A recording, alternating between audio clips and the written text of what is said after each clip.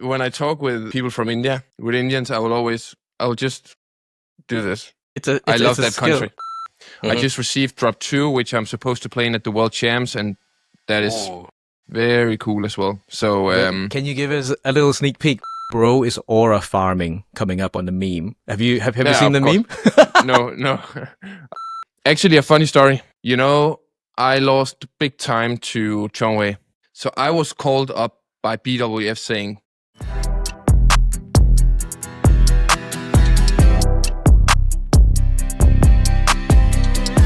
welcome back, Viktor. This is episode 11. Good to see you again.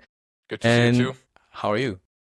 I'm doing okay. I'm in Denmark right now, just trying my best to get ready for the World Champs coming up. So trying to manage my back and my training load.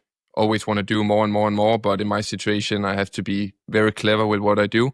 But the sun is shining here in Denmark, so all is fine. How about yourself, CK? Yeah, sun is not very shining at the moment in time. We've just literally gone through a heat wave in the UK. Okay. But yeah, like it's a summer, I guess. Climate change is coming. It is what it is. We have to do our best. But happy to be back. And I think it's been quite a few weeks since we actually recorded our last episode, the one with Chirag. It has been. Yep. Teasers have gone down well. I think Chirag has been a super popular guest. We need to get Satwick back on as well, whenever they're not playing. But at the moment, as we're recording, this is the Japan Open week. This is episode 11. You must miss playing on tour. I miss it so much. I try not to look too much on social media and all that kind of things, because I really do miss it, and especially Japan Open, because I've had so many special experiences at Japan Open, just big disappointments and also big wins for me, and just basically in Tokyo I have so many good badminton experiences also with Yonex being from there. So yeah, I miss it a lot. But I will actually go to Japan on the 24th and then Shanghai afterwards for some promotion of my VA collection with Yonex. Yes. So I will go to Japan and get a little taste of the sushi. Nice, absolutely. Tell us a bit more about VA collection. Any updates to that? What's happening? Well, I just received drop. I know it's not in the stores yet, but it will be in September. September will be the month where it will be available. So I'm very excited for that. I get a lot of questions about it and where can we get it and stuff. But all I can say is that on September, in your local badminton shop or wherever you usually buy your Yonex gear, it will be available. I just received drop 2, which I'm supposed to play in at the World Champs, and that is very cool as well. So can you give us a little sneak peek? Well, sneak peek only on here. This episode is coming out this week. Yeah, I can give you a little sneak peek. Is that the colorway of the current one is the lime green, and the next one will be orange, but with orange and black and white, and it looks very cool. Okay, it look. Women's sizing coming. I get a lot of questions from ladies asking. Should women's sizing will be there. There will also be children, kids, and the shoe models you will have narrow and wide. So there should be something for everyone. What I'm most excited about is the rackets coming out. I do think that all the versions they look pretty cool. So. And I'm looking forward to see the kids running around with my racket. It is a childhood dream coming true. I'm looking forward to that. Not many people actually have the opportunity or the privilege to actually be able to do that, right? Like to see your name on a racket and then be able to see everyone using it. Yeah, I don't take it for granted. That's for sure. What have you been up to, CK? What have we been up to? Launched a new company. What kind of company? No, so it's a marketing and advertising company, obviously. So because of the work that we do already, just transitioning, making it a bit more clear. Because obviously the CKU brand, I think most people know me as a content creator, or people introduce me as a YouTuber.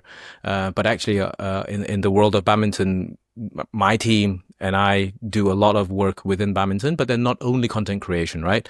But we also do a lot of professional work for organizations, for brands, even with the podcast. Like the team is producing it professionally, and so I want my team to actually be credited properly to it. So we have a new name, we have a new a company that goes under that, and then so CKU will remain a personal brand for personal content. So everything you see on the YouTube, on my Instagram, that will be the personal brand, but then the professional content will then be on the new company's side, and that way they can get credited properly, because I want to work with the best people, and I want to also big up the best people, because not everyone gets the opportunity to do something cool that they day in day out like we do.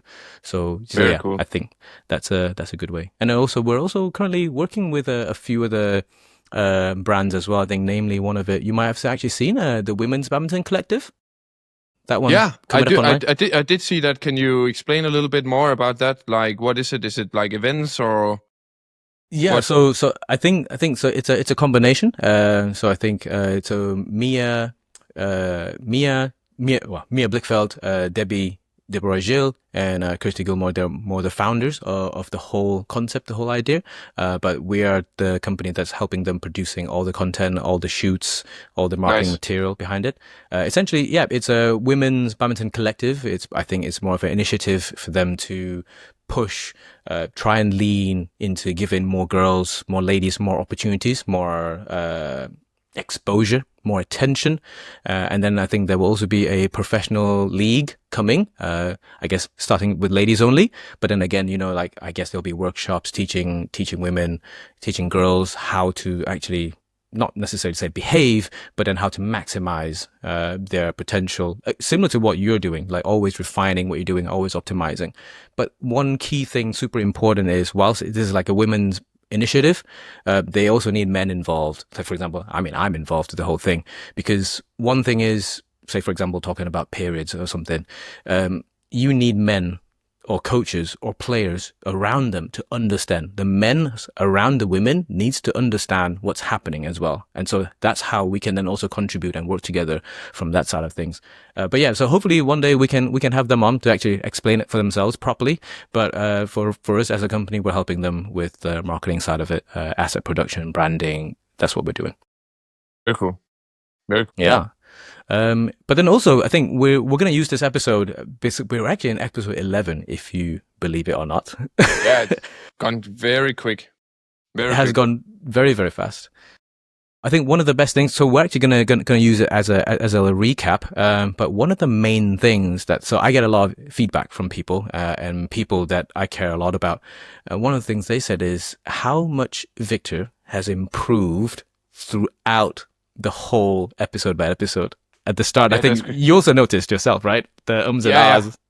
Yeah, exactly. Just listening to myself speak, it has actually been a good learning journey for me as well, to try to limit some of the things I say 1,000 times. And you have so many things in your, just your normal speaking that you say so many times.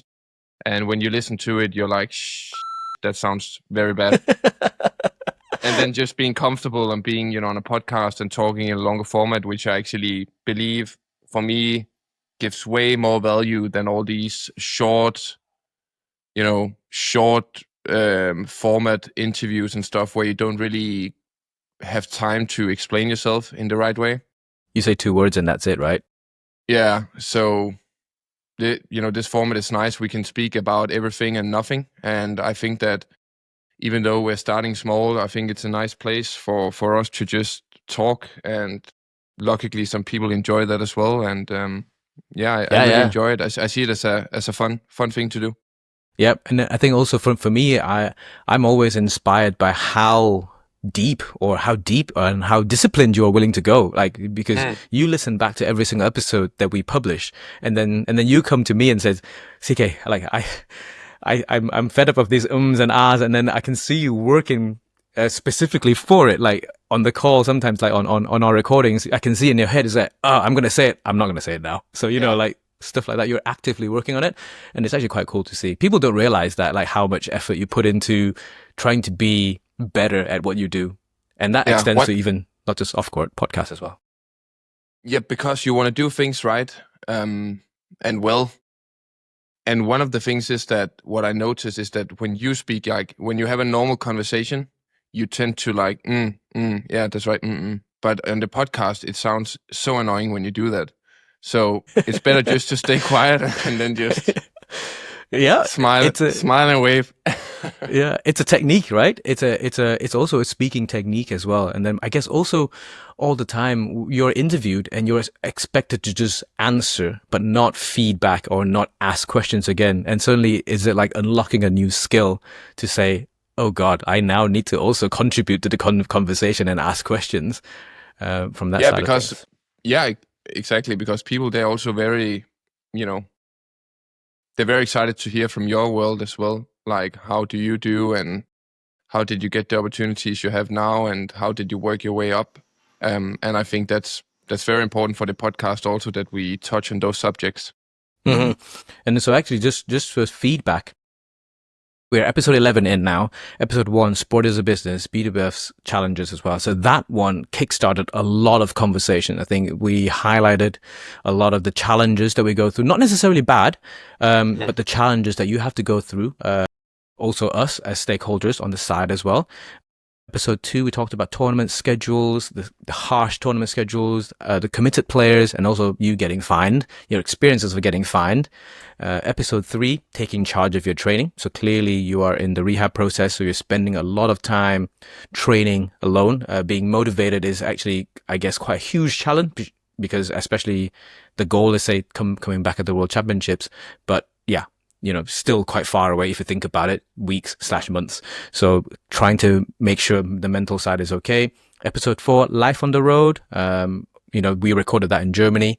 So that was country number 2, and talking about badminton media. Episode 5, Lives of Court at the All England. I had a really good time talking about that one, talking about coffee, talking about random things. That's a good one. Fun random one. Rambling. Yep. Episode 6, Oatmeal Crimes. Avocado and oatmeals. That was iconic. I'm still wrapping my head around that one. I haven't tried it yet. Yeah. Maybe I'll do it here. Yeah, maybe Japan. I'll try it this week. Yeah. In Japan?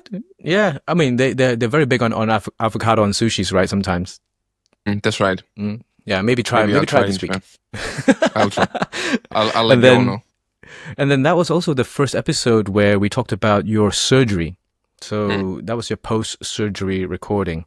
Episode 7, we talked about building businesses, the businesses that you were involved in, businesses that I'm involved in, and the process of building them. Episode 8, the mental side. That was actually one of my favorite episodes in terms of information density. Me too. It's by far my most favorite episode when it comes to, because I get a lot of questions on my social media, like direct messages. A lot of people are asking about the mental side of things.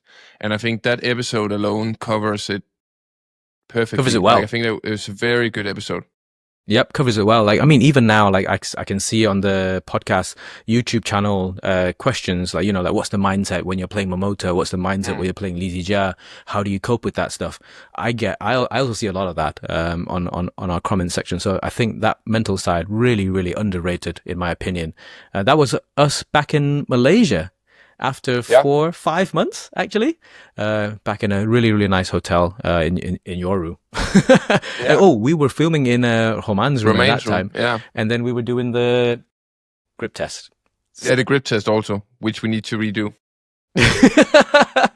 Where I have grip powder available. Oh yes. So I'm ready. Like we have some grip powder, and then we have some testing. Actually, a lot of people were guessing what your numbers was on social media. That was the goal, that they were supposed to guess how much. Great. Yeah, would you be happy to announce what was your score? You can announce it, but I can't even remember what it was. I just remember it was very bad. It wasn't as bad as you thought. But then again, you are the double Olympic champion. You're ultra competitive. You want to win. Yeah, actually, the fun thing is that I was talking with a friend about this the other day, that, in regards to physical, like the testing. Yes. Throughout my career, I have never been good at test. No test. Like really, when it comes to like the physical whatever. Yeah. But I've always been very good at winning matches. So basically... Yeah, That's a skill. Which is basically, it's my job, right? But yeah. It's funny because when I was a young kid or when I was going to a national team, if you only looked at the physical side of things, then I wouldn't be in the top. I would be good, but I wouldn't be in the top. But still, so it's funny how that is, right? Where we should probably measure what you're trying to do, which is winning badminton matches or playing at a very, very high level. Yeah. It's good to some degree to have some testing, make sure that, of course, your body is in a place where it can perform well. Where it should be. Yep. Yeah, but I always think a lot about that. Also in terms of like the beep test, the running and stuff. I would never be the one which would be, still running in the end. Mm-hmm. But when it comes to doing badminton exercises and training hard, I would always be the best. So it's funny that way. I can see that already. I can see like bro is aura farming coming up on the meme. Have you seen the meme? No, I haven't. Yeah, not very good at physical testing. I'm good at winning. Bro is aura maybe farming. It sounded a little bit arrogant, but you know what I mean, right? Yeah. I didn't mean it that way, but I was just. But hey, you've worked hard for it. I was just good. I was very good at badminton, but I wasn't very good at all the jumping test and the squat test. And I was strong in the squat, but many of the exercise or many of the test, VO2 max running and stuff, I wouldn't be in the top at all. But then also it shows technique in what you do is super important as well, right? Because for example, like the grip test, I mean, just pure physical muscle alone, like I'm no way bigger, stronger than you are, but then my numbers are slightly higher than yours. It's probably because I've tested it so many times that I'd have found a technique unknowingly that I then do and use. But then it was very good content. Like, I mean, it went out on BWS channel, and within 3 days, both men's and women's got over 1 million views within 48, 60 hours. So that's good content. That's very good content. Very good. And then episode 9 was with your dad. I really enjoyed that episode. Like, he came on during his holiday as well. I really enjoyed that one. It was very, like him. Like, it was a good episode. It was a good episode, and hopefully, maybe say 6 months later, we can have him on again to tell us if there's any changes, any updates, and what's happening in the world of the Axelsen empire. There are some things in the works right now which hopefully will be off the ground within some months. It would be fun to talk about for sure. Yep, 100%. And those are big projects as well. So and big projects do take time for it to come through. So let's talk about it when it's ready. Episode 10, Chirag Sethi. That was hilarious. That was a good one. That was a hilarious episode. One of my favorite moments on the podcast was probably when I called him. Well, 5 minutes. Yeah, and you did the handshake, like the handshake as well. When I talk with people from India, with Indians, I'll just do this. I love that country. Yeah, I love the people and I love that country. So I don't do the headshake very well, but then I'm actually connected to Indians in some way. So my great grandma is Indian, so I am 1/8, 12.5% Indian. Wow. So I've never been to India yet. What do you say? Congratulations, or I can't. I don't speak the language whatsoever. But I do have some stock. I do have some Indian stock in me somewhere, somehow. But so great grandma is Indian. Never met her, unfortunately. But then great 12.5%. That's my number. 1/8. Great. But so hopefully have a chance to speak to Satwik as well as Chirag again, and you both might be going out for, well, you have coffee, he can have tea. Yeah, he can drink tea or whatever he wants. Yep, absolutely.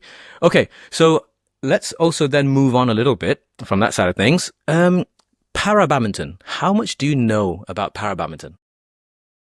I visited the FASA Championships, I think it's called, the Para Badminton Tournament in Dubai 2 years ago, February. I think it was. Okay. To hand over the trophies and the medals to the winners. Mm-hmm. I don't know that much, but I always enjoy crazy to see what they can do. Incredibly competitive at the moment. Very competitive, I can imagine. And also, it's growing quite a bit, it seems, and I love to Yes. see that so much attention, is now on the para side of Mm-hmm. things. In every sport, it seems like it's gaining some traction now. And I don't know much other than there's a lot of categories. It Yes. seems There's six different categories currently. all depending on what Impairment. Yes. what impairment you have. So that's. Yep. So there are two wheelchair classes, WH1 and WH2. One in being more severely impaired, more severe impairment, and then you have standing. So SL3, so standing, lower side of the body impairment. SL3, SL4, 4 meaning slightly less impairment, still fairly heavy in a normal world, and then upper SU5, which is upper side impairment, and then you have SH6, so short stature 6. So like it's actually really fun to watch, really good watching. And so the next tournament that I'll actually be going to is the British and Irish para tournament. So I think it'll be my third one. So they rotate around. So England organizes it 1 year, Scotland organizes it next year, and then it's Wales's turn this year. So it's in Cardiff. So yeah, I'll be going down there. It's a tier 1. It's a level 1. So actually it's equivalent to like a super. It's actually equivalent to a World Tour Finals because that's a level 1. Super 1000 is level 2. How many tournaments do they have per year? I think this is growing incredibly fast. I think there's about 10, 12 tournaments a year now, like globally. Wow. So it's growing incredibly fast. I think there's also maybe like compared to say Super 1000s, I think there's 3 or 4 level 1s, and then the rest you have level 2, level 3s going downwards. The World Championships again is also happening every year, as far as I'm aware, and like you said, more and more players are playing right now. So I will be bringing that grip test to do that again and actually see how the numbers go, because like some of the guys are incredibly strong, guys and girls. I can imagine. Incredibly strong. So maybe they might have a target, say, beat Viktor Axelsen. They should have. They should have. They just have to know that I'm coming back firing on all cylinders. And coming back fast. Coming back very fast with grip powder in the pocket. Did you know that, for example, the grip, you can actually adjust it so it goes like up and down, so it actually fits? Oh, that's funny. You didn't tell me that when I was trying. Because Roman goes, there's a lot of vein, but not a lot of power. Yeah, I find it really, really funny. Yeah. Talking about the World Championships being every year, do you think it's a good thing or a bad thing that it's every year? So it's every 3 years. Well, every year for 3 years, and the Olympic year, there's no World Championships. Personally, every year means it's no different than any other tournament. Once every 2 years would also be quite cool. But then again, I think from a fan's perspective, I actually don't mind it being every year. But then that means players will then have to kind of prioritize and choose what they want to do. It would also be cool to have it once every 2 years. But once every year, I'm okay with once every year. I actually quite like it. It's quite a big deal. I would much rather have it every second year. Every 2 years? Yeah, every 2 years. I think in between the Olympic years.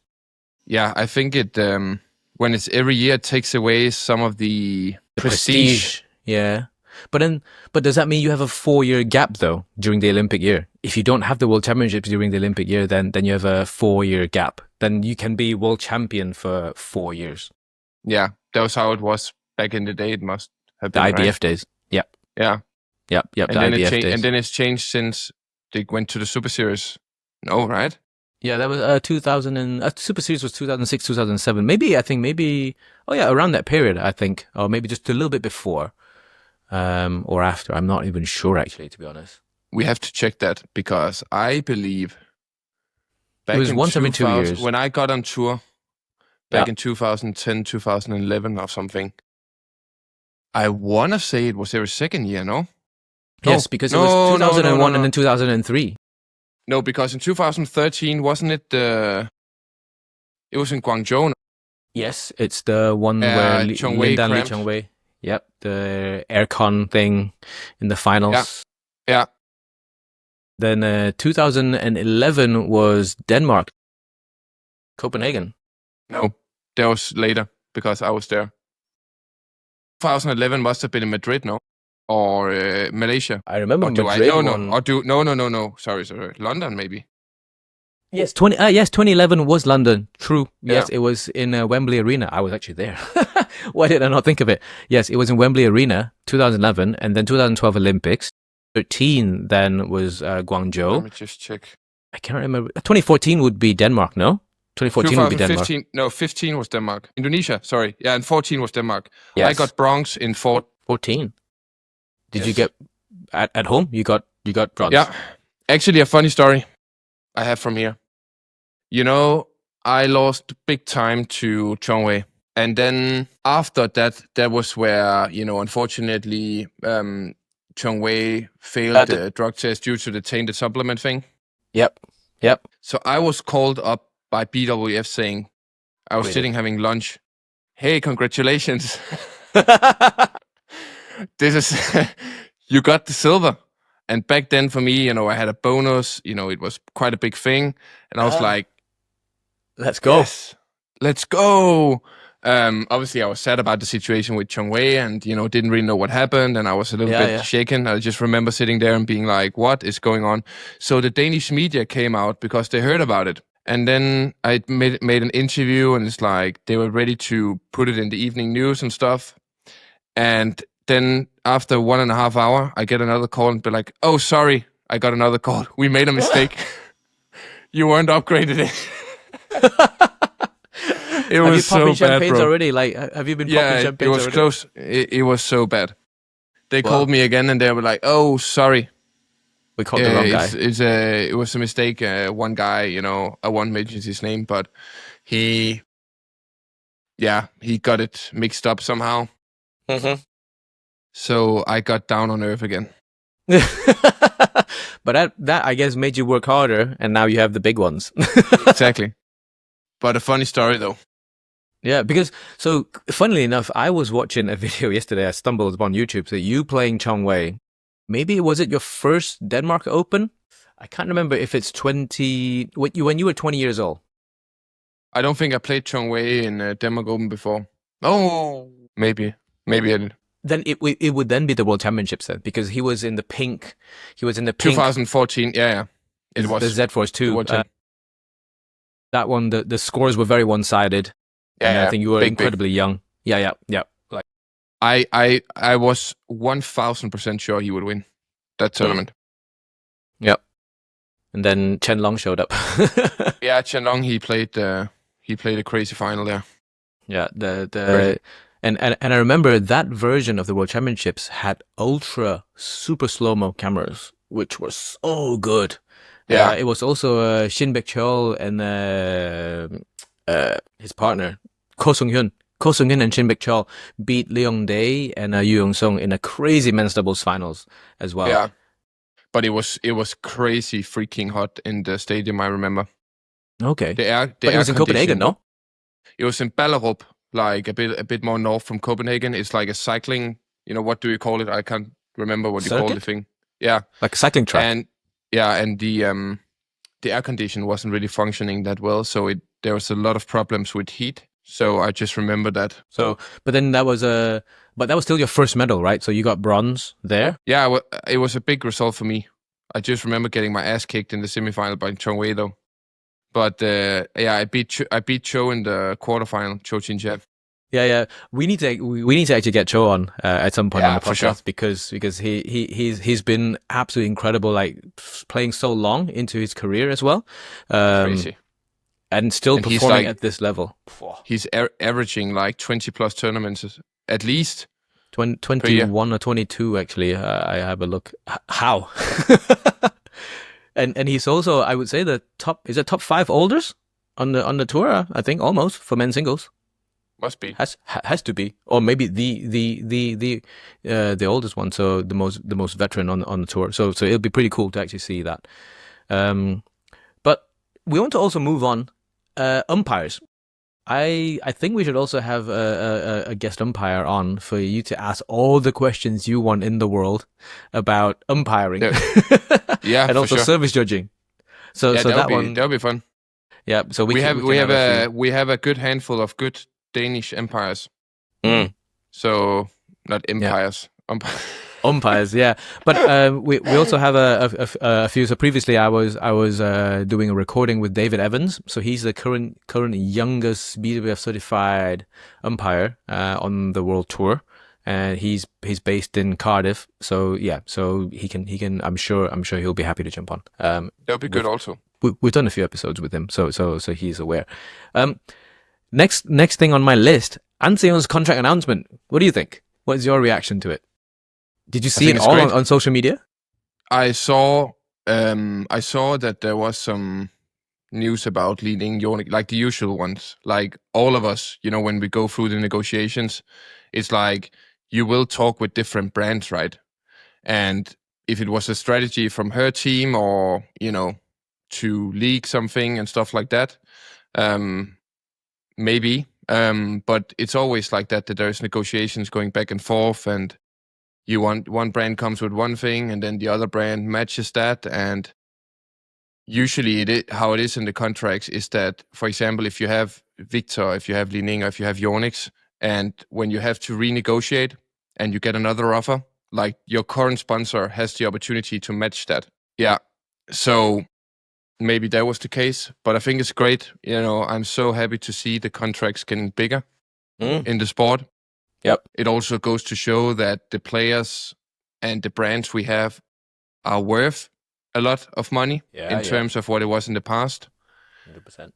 And I think with Axelsen especially, there has been over the last few years some unfortunate situations where it looked like her team and herself haven't really been on the same page in terms of,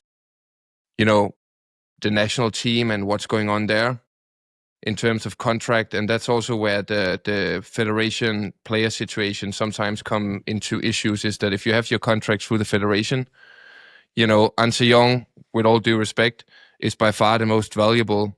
Like, she is Korean player at the moment, even though they have fantastic players, but from a branding perspective. Yep. So of course she should have the biggest contract. But if she's like only able to get through the federation, then she won't get what she actually deserves to get. So I think it's great for her. I'm happy for her. I'm happy for the sport. I'm happy for women in the sport.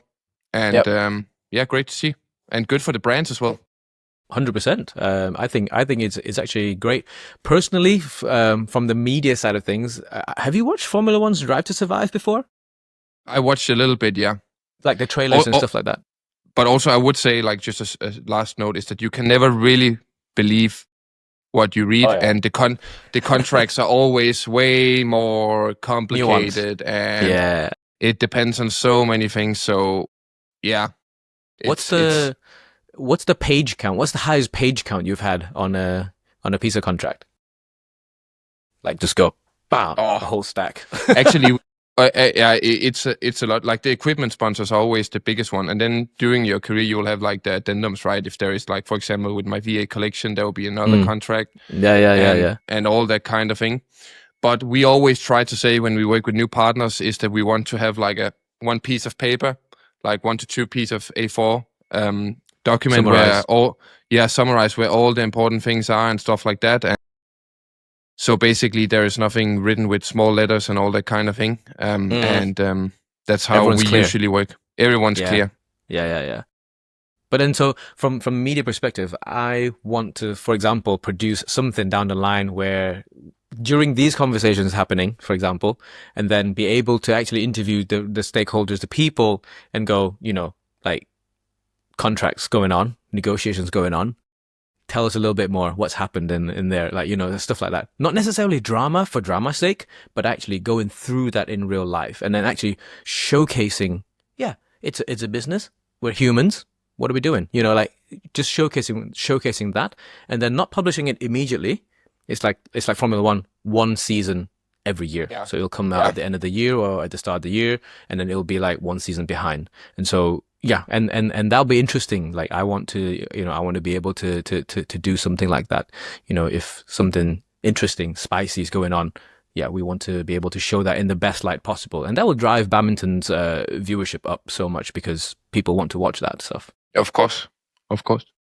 Yeah. It will also motivate young players and stuff when they see that you can earn good money and families 100%. who, that's how it is. Like, 100%, because it showcases that you don't have to only rely on one skill to be able to make a living, right? Like you can also, there's multiple ways to solve a question, or multiple ways to make a chicken salad.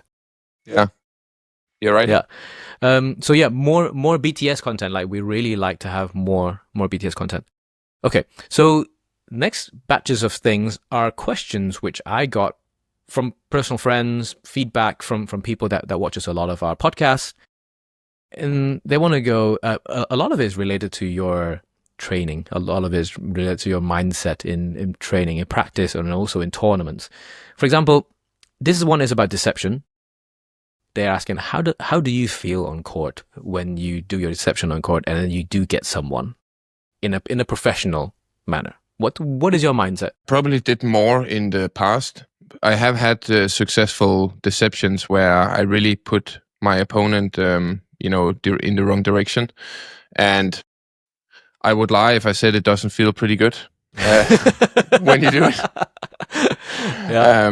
I remember one time in Malaysia Open back in 2000, and I can't remember, 19 it must have been or something, against Lu Guanzu.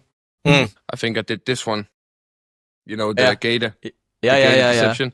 Hold and he got totally, and he looked down at his shoe, like it was the shoe.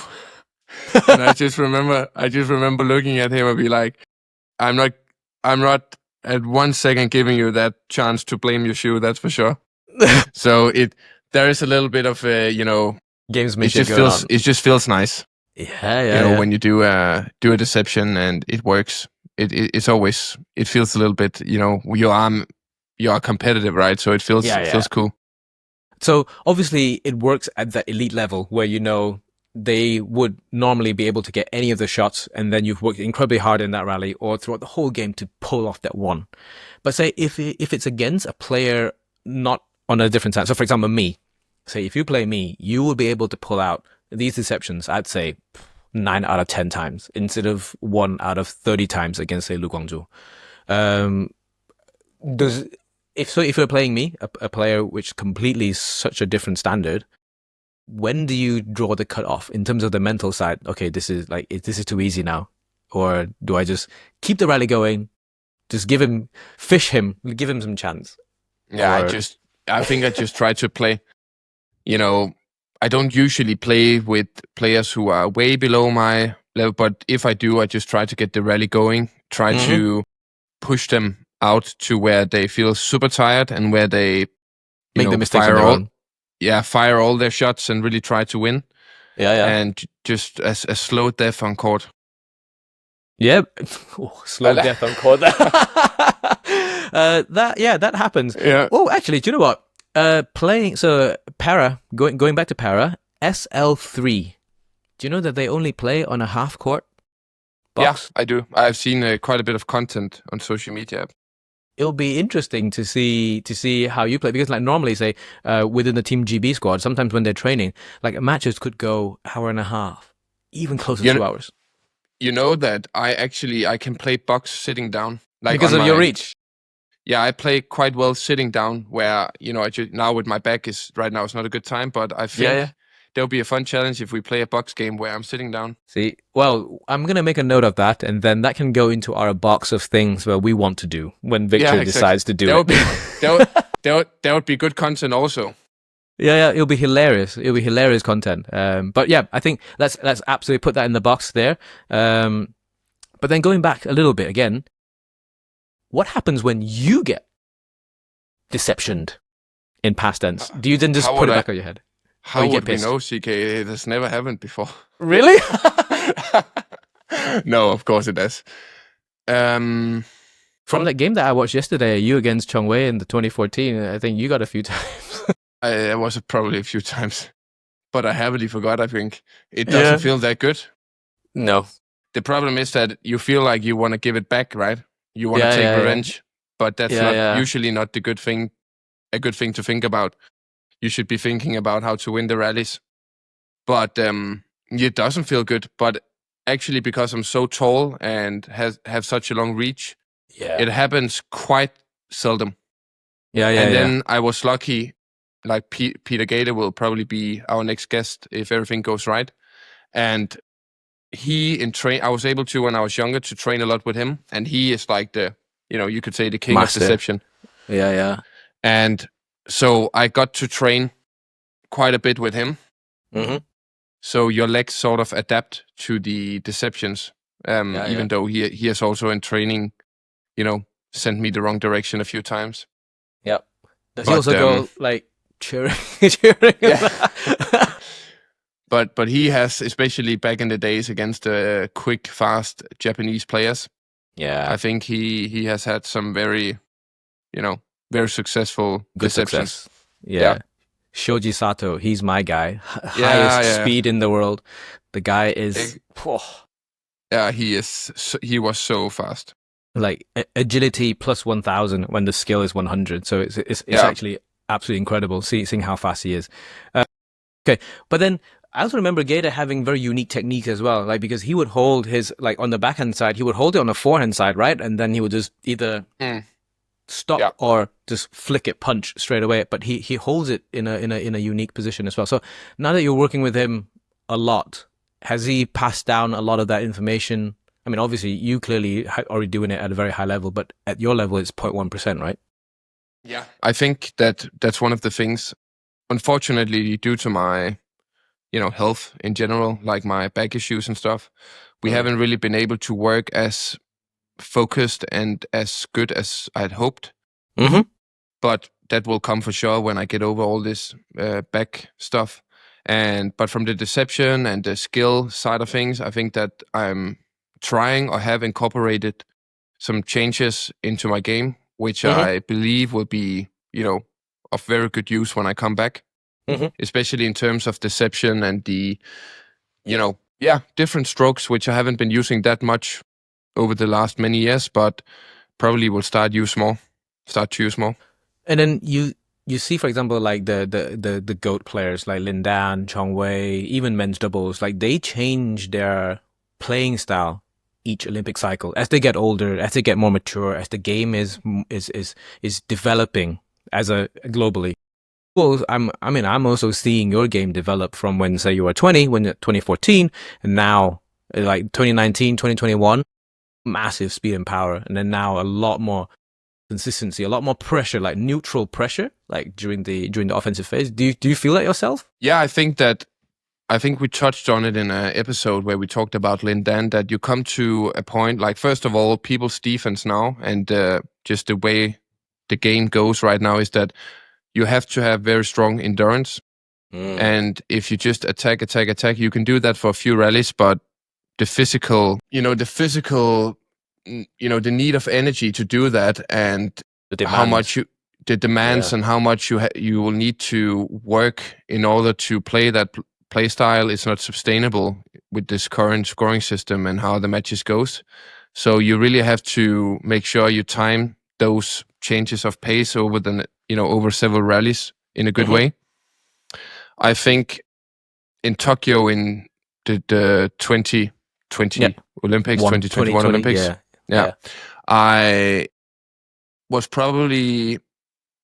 I managed to really play a very aggressive play style, but still being able to be quite, you can stable in the that. longer rallies. Yeah. I think that I had the perfect balance of being very stable in the longer rallies and being aggressive when needed. So looking back, it would probably be that tournament where I think I peaked, sort of. Is it? Yeah. Well, for me, the one that really stood out was a 2021 All England final against Zijia. Whilst you didn't win that one, that game, that match, Jesus Christ, the level that you two played at. Yeah, we played. It was a great match, and there was no spectators. And actually, I didn't sleep at all the day before, which is a funny story, because Anders and we played a quite long match, and I came back late, and I just couldn't sleep, man. It was so annoying. The same, but when you get on court, it's not like you feel anything. You have so much adrenaline and stuff like that. It was the same thing in the 2019. Actually, one of my favorite matches I've played against Momota. In the All England final, I beat Xiuqi in the semi-final there. And it was a late match, and I came back 8, and then I stayed at one of those smaller hotels, like down by the river, and there was like a party downstairs, and I just couldn't sleep. It's so annoying, like, so yeah. That's why you are now where you are. Yeah, exactly. I get the highest up rooms ever. Yeah. But no, I have. It's funny how you remember some. Yeah, when you say the tournament, even though so many, you just remember small bits from the week and stuff. Yeah. So actually, I don't think I've ever told you this. Did you know that you were the very first player that I ever interviewed? Period. In 2021's All England. So it's a surprise you stuck along then, that you didn't run away screaming. Well, because I just literally got into the media center. I mean, I had some issues getting in, but then that's a story for another day. And then someone from BWF goes, "Oh yeah, you're in now. Go and do your interviews." And then you just came off court, literally, I think, first round, second. I think it's first round. And then that was still a Wednesday to Sunday event. And then he's like, "Oh yeah, Viktor's here. Go interview him." So what? Nice. Very cool. So you were the very, very first player that I actually interviewed, spoke to, essentially. Very cool. And yeah, you were very kind, very nice with your time. I still have it on my phone. Like, it was shaky as hell. The video is not usable. Okay. But yeah. Like, I mean, it's you up the quality. You up the quality of content. Yeah. Well, because of the feedback from our viewers as well, like they let us know that the quality isn't good enough, and so we're always working to improve. Yeah, definitely. They are very very honest. Yeah, we love the feedback. Just keep them coming. We do love the feedback, YouTube, for sure. Spotify, Instagram. Just let us know. Okay, and then do you ever find, at what point does it become disrespectful if you do it too much to them in terms of deception? Does it ever happen in a professional match? Probably not. Professional match, no. I think, actually, I'd never really thought about that. You just find like a common, you get the feeling on court when you good baseline, and then you know how to have fun and stuff like that. Yeah. So I never want to bully anyone unless they want to be. Unless they want to be. Oh, well, we've actually played that like our box game, right? It hasn't been published yet, so that might be coming out sometime soon. Great, yeah. Great. Me trying the VA 100ZZ. Yeah, exactly. And that was actually your own racket, not even a demo one. So I'm quite keen to be able to test out the retail version. It would be so good. It would be so good when it comes out. It has been so long for me now, so I'm excited. Been waiting about for it. Yeah, absolutely. And then also we have a few more questions. From your perspective, what do you think would help badminton fans who are currently watching a tour already on TV and also as well as in the stands? What do you think we can do to help improve that experience? Because you sit and watch in arenas so much, when you're waiting for your matches, X, Y, and Z through other times, right? How can we improve that? As a sport? Now the changes I didn't know if we talk about it, but they're changing it, right? The Super Thousands will be over more days. 11 days. And stuff like that. Yeah. 11. Yeah. I think that's a good change. I do think there's way too many matches on one day, way too many long matches in one day. I think if you come in also for the finals, sometimes, it's like 6, 7, 8 hours. So if you're just sitting there, I think there's too little happening in terms of like, what's going on? Whatever show or, I think you could make sure to have some entertainment or whatever, especially on finals day. Yep. Behind the scene footage, like UFC they do, right? You like leading up to the big matches. I think those behind the scenes, the training, the fight day, whatever, fight pass kind of thing they're running. I think that's pretty cool. As a sport, you want to be able, like when you're watching a TV series, just like, you want to be able to relate, or you want to have your favorite character, player, whatever, to feel like you know them. Yeah, to feel like you know them, right? And right now I feel like still it's a lot up to the players to make sure that the fan base knows how you are as a person and as a player, if you want to. Yep. There's not really any platform right now, or opportunities within the sport for the players to actually get their personality out there in a good way. So I think in terms of that, that's very important. And obviously you're doing quite a bit on that part as well, CK, but I think it would be very, very important for the fans to get closer to the players in, whatever way the players feel comfortable with, obviously. Yeah. So one of the questions for this one, like me and my friends, we talked about it. So previously I went to a Formula One race, and then we get to buy like radios that we just wear it on our ears, and then we get to listen to the commentators talk about it. So because as spectators inside the arena, we hear no commentary. You make up your own commentary, and so if you go with someone new, they probably have no idea what's happening. And so I personally think like having radios, or be able to sell like $5, €5, $5, or £5, whatever, and then you can actually put it on. It's just a standard radio, and then you can listen and hear what the commentators say. It only goes on one side. I mean, you can have two if you want to, but I think that would really enhance the experience of fans coming in to watch, and then they can make up their own mind. That's a good idea. That's a good idea. So one would be that one, and then I would love to be able to hear the stuff that you guys say on court. You say to the coaches say to you, tactic, like even like Tour de France is on now, right? You can hear the team radio from the car, like, oh yeah, he's struggling, he's suffering. Very good. Send it. Yeah, that's a very good, that would be a very good thing to have also. Yeah, because it'll be good for TV. I do curse sometimes though. But it's okay. It's okay. Yeah. Okay, it's okay. Great. Like we just have to bleep. But that like the podcast, maybe there will be an opportunity to learn how to get better, right? Yeah. But again, I think like in Formula One, like it's in the heat of the moment, right? Like your goal is to win that match or win that race. You're locked in. Anything else is out of context if you look at it. So of course people should understand, and yeah, it should be. And then we can also create like content like best radios, best reactions on court, and someone might just go crazy screaming. It would get a lot of views, that's for sure. Exactly, and again, better marketing for the sport as well. So yeah, I would really like to see that happening, because I just realized I think I forgot to record the sound. It's okay. No, it's okay. Like I think this software automatically records everything. Oh, okay, great. No, it's okay. And I think this is why we're always upgrading. We're always thinking of better ways to do things. We have to pay for it, but it's okay. Like that's part of the process of getting better. We're getting professional, so no stress. Do you often get feedback from fans about, Viktor, we want to see more of you doing X, Y, and Z? What is the most outrageous thing that they've said to you? If there is any. On the YouTube stuff we do sometimes. Yeah, it's a lot about the exercises, what are the intervals and stuff. Yeah, but backhand and stuff. But at this point, while I'm still active, I can only do that much.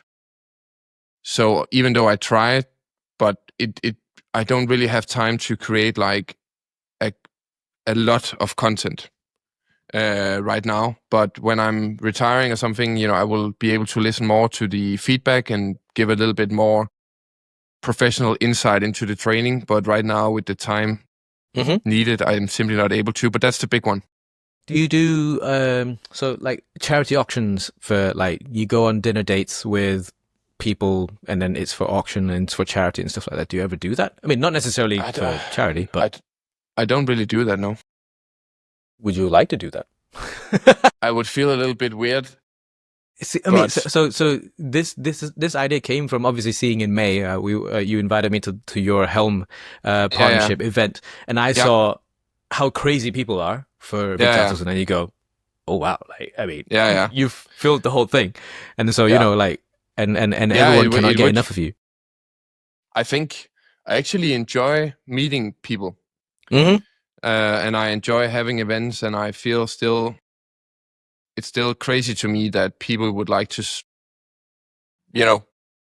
prioritize spending their evening with me, which is a big privilege, and I don't, I don't take it for granted at all. And if through what I've done and what I do and how I do it can inspire or you inspire a lot of people, somebody else, then of course I I will do that more if people feel like it's worth it. Then I would love to do more of it. And we try to do that as well, right? So, yeah, it's I being able to do the thing I do, and then being able to talk about it and inspire. That's I feel so privileged and so happy that I've got this opportunity in my life. So for sure, would like to do more. For me, it was really eye opening to see the age group, the demographic as well, like how wide it is, and like you're covering a lot of a really wide demographic, and I think something like that could be interesting as well. Like it could be for sure. We can talk about that. Yeah, special access. So, for example, I don't know, like say if you come to a tournament, be it as like a VIP package where meet and greet. Yeah, that's a good idea. Like a short little time. Maybe one day we can do a live podcast recording session, kind of like Oprah, not Oprah, but chat show. Yeah, live episode. I just wanted to say, I was just about to say you look a little bit like Oprah, but I don't know why I would say that, because you don't. But that would be great. Yeah, you're the manly version of Oprah in the badminton world. We have to be very, very, very specific here. But my hair is also growing. It's also getting cut. It's getting cut again. I feel like every time we're doing a podcast, every time I see you, you got a new haircut. But it's the same haircut, but you got a haircut. It's like it's like a grass trim. I was supposed to get a cut last Friday, but then work got in the way, so it's rescheduled to this Friday. But yeah, so the last episode we recorded, that was 4 weeks ago, with Chirag. That was fresh, like 1 hour before recording, and then yes. So, but my stylist will want to see it because I told him I'm going on camera in like an hour. He's like, okay, I won't make it too short then. So I will send in the clip. But I feel like I've only seen you with like this. You never go for like another style, right? You go for the same every time. But it's too straight. Like it won't listen to me. Like it won't listen. When other people go to your barber, do they just go in and say, "I just want a CK today"? I need to start charging royalties for this. I need to start charging royalties for this. Because he's been asking a lot more about what I do. He knows what I do. Like I travel a lot.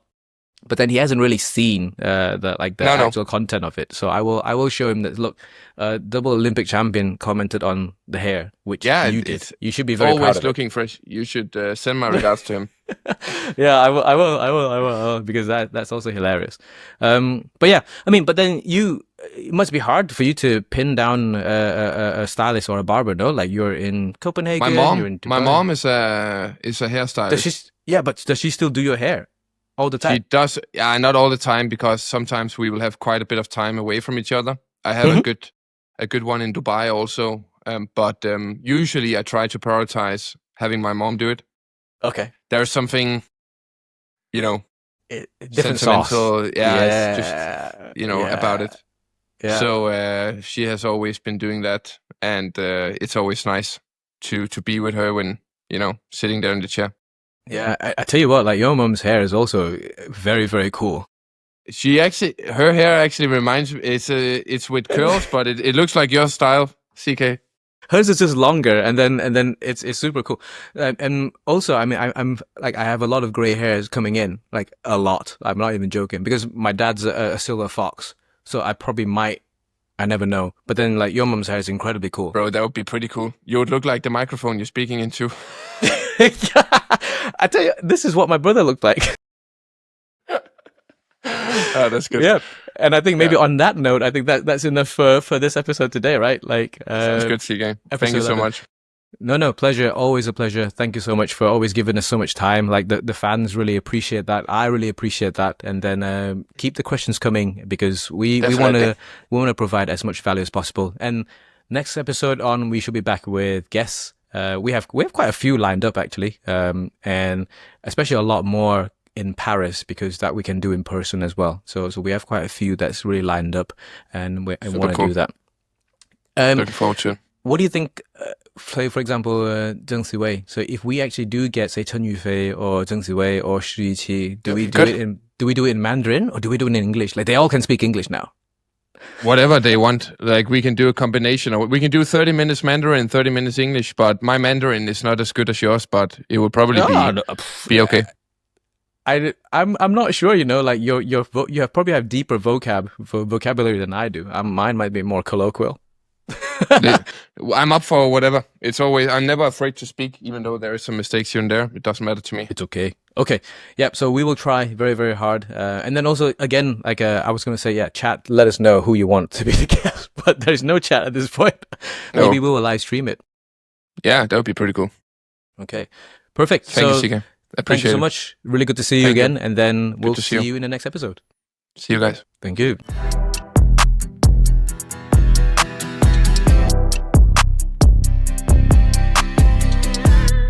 I have had successful deceptions where I really put my opponent, in the wrong direction. And I would lie if I said it doesn't feel pretty good when you do it. I remember one time in Malaysia Open back in 2000, and I can't remember, 19 it must have been or something, against Lu Guangzhou. I think I did this one, the gator. Yeah. Hold him. He got totally, and he looked down at his shoe like it was the shoe.